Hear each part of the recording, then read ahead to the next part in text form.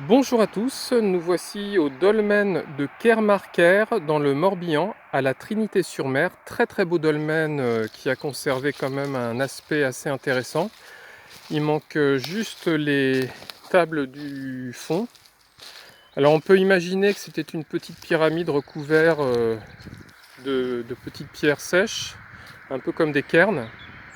Officiellement donc il date du néolithique et ce serait une sépulture. Voilà.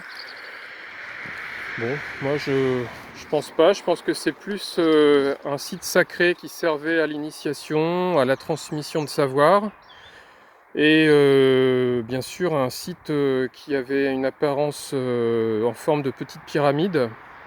Voilà, tous ces sites sacrés étaient avant tout des supports visuels pour permettre à l'âme de s'élever, chose que maintenant on ne peut plus comprendre parce qu'on a été conditionné de façon à ce qu'on puisse plus appréhender le sacré. Alors, ça a été très bien fait parce que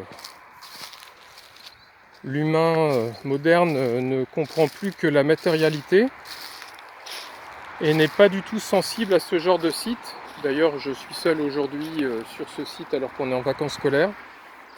Tant mieux, ça me permet de faire une vidéo tranquille. Alors je vais rentrer à l'intérieur.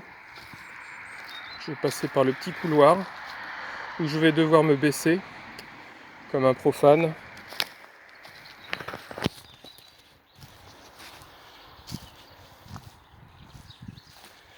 Donc on disait que l'humain avait besoin, enfin l'humain traditionnel a besoin d'un support visuel pour pratiquer des initiations, des rites initiatiques, la transmission des savoirs métaphysiques. Donc là je suis baissé pour entrer à l'intérieur. Et on est dans la chambre où devaient être pratiqués des rituels initiatiques et comme je disais tout à l'heure, la transmission de savoirs ésotériques. Là on est dans une petite église de la proto-histoire. C'est magnifique, c'est toujours très émouvant de trouver des sites aussi bien conservés, qui ont résisté au temps.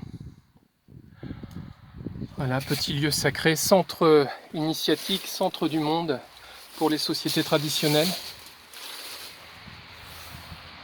Une merveille.